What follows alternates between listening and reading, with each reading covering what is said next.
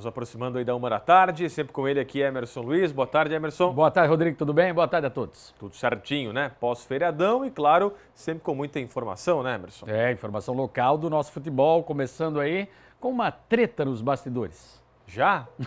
Faz parte. Nem começou o campeonato ainda, Emerson? Faz parte desde que jogue aberto. Tá bom. Conta aí. Que não fure o olho do rival. As cores do SESI. Vai lá, Emerson Vamos Luiz, lá. contigo. Por ser uma administração compartilhada, era previsto que o estádio do SESI sofreria algumas mudanças estéticas. O que não se imaginava era que a repercussão negativa, principalmente de um lado, começasse tão cedo. Tudo por causa dessa pintura da arquibancada feita pelo Blumenau, que deixou alguns torcedores do Metropolitano, o próprio clube, indignados. Eles entendem que houve uma predominância de cores favorecendo o rival, especialmente na área central da arquibancada, colorida, que lembra o símbolo do rival. Conversei com o presidente do Metropolitano, Ronei Schutze. Ele estava ciente que seria feita uma pintura, justo, normal no seu entendimento, afinal os dois clubes vão gerir o SESI, mas Ronei esperava receber um layout de como ficaria a mudança para aprovação ou não, e isso não aconteceu. Segundo o dirigente, a decisão de pintar o estádio dessa forma foi unilateral, ou seja, só do Blumenau. A torcida Raça Jovem lançou uma nota nas redes sociais e um integrante da diretoria entrou em contato com a gente essa manhã pedindo para que publicássemos o seu ponto de vista. Raça Jovem Metropolitano. Na noite de domingo, tomamos conhecimento da arquibancada, das mudanças, ressaltamos que até onde nos consta, o estádio do SESI será utilizado de forma compartilhada, como a gente falou agora há pouco, nessa parceria, patrimônio que pertence ao município e à prefeitura. A Raça manifesta total repúdio à referida ação, a pintura, entendendo-a como uma provocação direta ao Clube Atlético Metropolitano. Por se tratar de um estádio público, consideramos inaceitável que ele ostente de maneira exclusiva as cores de apenas um dos clubes da cidade. A pintura anterior, predominantemente verde, era compreendida como neutra, uma vez que tanto o Metropolitano como o clube rival fazem uso dessa cor em suas respectivas identidades. No entanto, a atual inclusão da cor vermelha, ou grená, pertencente exclusivamente ao rival, rompe com essa neutralidade e fere o princípio de igualdade entre os clubes que utilizam a estrutura. E tem mais, reconhecemos que alguns torcedores, adversários do clube, possam se sentir desconfortáveis com a predominância do verde, cor tradicionalmente mais associada ao Metropolitano. Diante disso, sugerimos que a nova pintura adote uma tonalidade verdadeiramente neutra, como o branco, presente na identidade visual dos dois clubes. E finaliza, reitera que não concorda em atuar como mandante em um estádio público que ostente de forma explícita as cores do nosso rival. Solicita a Raça Jovem, portanto, que as partes analisem a sugestão da torcida Raça Jovem Metropolitano. É claro que não ficou totalmente predominante. É a questão principalmente ali do símbolo no meio aqui da arquibancada que passa a ser mais cobrado pelo torcedor. Aqui está ficando grená, lá do outro lado, por hora, a tendência é que seja verde. Enfim, essa pintura vai render ainda, só está começando, mas é uma polêmica aí nos bastidores. Como a gente falou na introdução aqui com o Rodrigo, desde que se concorde, que se aprove, que jogue aberto, sem furar o olho, sem dar rasteira, tá tudo bem. Aí quando você prejudica o adversário, enfim, o rival, torna-se um negócio até complicado. Lembrando que a relação entre as torcidas organizadas, Raça Jovem e Beck Banguaça, no geral, como um todo entre as torcidas, é bem bacana, sem histórico de rixas ou brigas. Só nas redes sociais. A preocupação de alguns torcedores é que esse tipo de conduta possa acirrar a rivalidade e tomar um rumo desagradável. E é muito importante para o bem do futebol, para essa retomada dos jogos em casa, depois de 6 anos, que prevaleça o espírito da esportividade e do bom senso, até porque vamos ter aí uma nova safra de torcedores, sobretudo de jovens, de filhos, acompanhados dos pais, gente que nunca viu um jogo de futebol na própria cidade. E no encerramento da 5ª rodada do Campeonato Brasileiro, o Bahia venceu o Ceará em Salvador, mas de uma maneira bem polêmica, com o envolvimento outra vez da arbitragem e do VAR. 54 minutos do segundo tempo. Suposto pênalti de Pedro Henrique em Thiago. Rafael Klein considerou o lance normal no primeiro momento, só que foi chamado pelo VAR e confirmou o lance na marca da Cal. para reclamação para protesto do Ceará. Everton Ribeiro bateu e confirmou a primeira vitória do Bahia no Campeonato Brasileiro. Bahia 1, Ceará 0, placar final.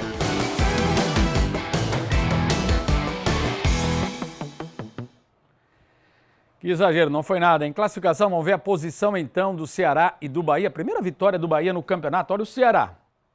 Quinto colocado com 7, faz bela campanha. Se vencesse ontem, ia 10, ia dividir ali as primeiras posições com o Fluminense e Bragantino. O Flamengo tem 11 e o Palmeiras lidera com 13. E o Bahia lá no outro lado da página, portanto, conseguiu a sua primeira vitória, 13º colocado com 6 pontos.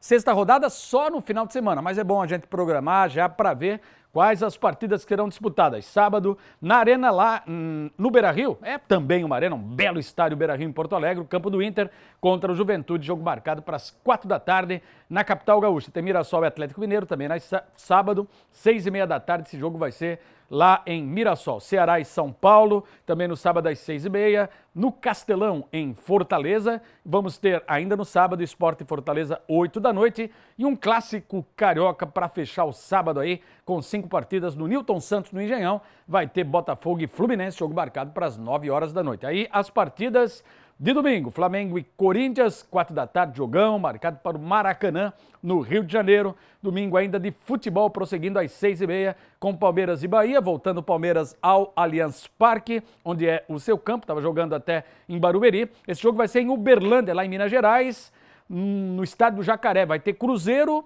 e Vasco da Gama, jogo com transmissão da NDTV Record. Anote aí, é Cruzeiro e Vasco, Vasco na sua tela no próximo domingo, além do Cruzeiro aqui na NDTV. Vitória e Grêmio em Salvador também no domingo, às 6h30 da tarde, no Barradão, em Salvador, lá na capital baiana. Na Vila Belmiro, 8h30, tem o Santos enfrentando o Bragantino. Santos ainda à procura de um treinador, assim como o Corinthians. Tem informação do Tite, daqui a pouco também novidade do Grêmio. Fechando então os jogos do Campeonato Brasileiro no final de semana.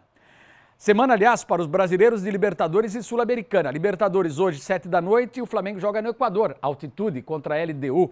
9h30, em Porto Alegre, o Inter recebe o Nacional do Uruguai. Na Sul-Americana, 9h30 também, São Januário, Vasco e Lanús. Demais times jogam amanhã e quinta-feira. O Grêmio já tem novo treinador. Na verdade, é um velho conhecido, é o Mano Menezes, que volta ao tricolor após 20 anos da sua primeira passagem pelo Grêmio. A primeira manifestação pública do experiente profissional de 62 anos, após o acerto, foi marcada por emoção e gratidão. Afinal, em 2005, o Mano conquistou o título gaúcho e comandou a retomada do Imortal com a conquista da Série B do Campeonato Brasileiro na histórica Batalha dos Aflitos. Em 2006, ele foi bicampeão estadual e recolocou o Grêmio na Libertadores, competição na qual se sagraria vice-campeão em 2007. Somando as 3 temporadas, Mano esteve à frente do Grêmio em 169 partidas, 89 vitórias, 35 empates, 45 derrotas, quase 60% de aproveitamento. Já o Corinthians, que dava como certo o retorno do Tite, se frustrou, pois o treinador avisou que vai seguir dando um tempo na carreira e principalmente cuidando da saúde mental. Na Série B, um empate e uma vitória dos catarinenses na sequência da 4ª rodada. No estádio Jorge Ismael de Biasi, o Criciúma ficou no 1-1 contra o Novo Horizontino. O Eric Popó abriu o placar para o Tigre, mas pouco tempo depois, o atacante foi expulso por chutar o rosto de Renato Palme e a equipe ficou com 1 a menos na partida. Com a vantagem, os donos da casa buscaram o empate. Luiz Oyama deixou tudo igual. Na Arena da Amazônia, o Avaí foi superior. Aleph Manga chutou forte no canto direito de Renan, abrindo o placar. Na segunda etapa, aos 48 minutos, JP não deixou escapar a oportunidade e marcou o segundo do Leão da Ilha. Amazonas 0, Avaí 2. Zagueirão Delivery. Série C, fechamento da segunda rodada com derrota do Figueirense em Minas Gerais. Alice Queiroz. Jogando no Almeidão, o primeiro tempo foi marcado por um apagão do Figueirense na partida. Em 13 minutos, o Furacão tomou 3 gols. Rafael Silva abriu o placar para a equipe de Minas Gerais. Lucas Dias fez contra. E Rafael Dias, de novo, ampliou. No final do primeiro tempo, o time alvinegro marcou com Lucas Dias, já nos acréscimos. E na segunda etapa, a equipe catarinense chegou ao segundo gol. Gabriel Santiago sofreu um pênalti que foi convertido pelo artilheiro Marlisson, mas não adiantou. Tombense 3, Figueirense 2. E a conquista inédita e histórica de Hugo Calderano ainda repercute no Brasil. O mesa-tenista é o primeiro sul-americano a se tornar campeão do mundo. O ponto histórico. É do Brasil o primeiro lugar em uma das mais importantes competições de tênis de mesa do mundo. É muito difícil falar sobre isso, é muito surreal. Eu acho que agora eu coloquei o meu nome na história do tênis de mesa e eu estou muito feliz. É um esporte que não oferece barreiras a quem quer jogar. Praticamente o que eu jogo aqui, eu jogo lá igual. Nesta academia dedicada ao tênis de mesa, o Hugo Calderano já inspira amadores e jovens atletas. Pessoas ficam interessadas, né, em jogar igual o Hugo Calderano, se bem que é muito difícil. Eu vejo como uma coisa incrível para um brasileiro. A vitória na Copa do Mundo em Macau por 4-1 quebrou a hegemonia dos orientais no esporte e entrou para a história. Calderano é o primeiro atleta não asiático e não europeu a conquistar a Copa do Mundo. O mesa-tenista tem 28 anos e 25 títulos na carreira. Disputou 3 Olimpíadas. Na última, no ano passado, em Paris, perdeu o bronze para um francês. Eu acho que se você falasse comigo há um mês, eu estava muito triste. Eu também queria agradecer a todos pelo apoio. Em uma rede social, o presidente Lula disse que o desempenho de Hugo foi incrível e que tem orgulho do atleta. Não é de hoje que o Brasil torce e acompanha o tênis de mesa. Há alguns anos, um outro Hugo contribuiu muito para colocar o país em destaque na modalidade. Hugo Oyama participou de 6 Olimpíadas e 7 Jogos Pan-Americanos. Ele é um colecionador de medalhas. Eu tenho 15 medalhas no total, sendo 10 de ouro, uma de prata e 4 de bronze. O multicampeão pan-americano se surpreendeu com o desempenho de Hugo Calderano. O Hugo não errou quase nada. Realmente foram 4 sets do nível absurdo. Um ouro com tanto peso como esse só tem a fazer do tênis de mesa um esporte cada vez mais popular no Brasil e impulsionar o Hugo Calderano para novas conquistas. E ele sempre falou que o foco dele é medalha olímpica. E nada melhor do que começar mais um ciclo olímpico assim, né?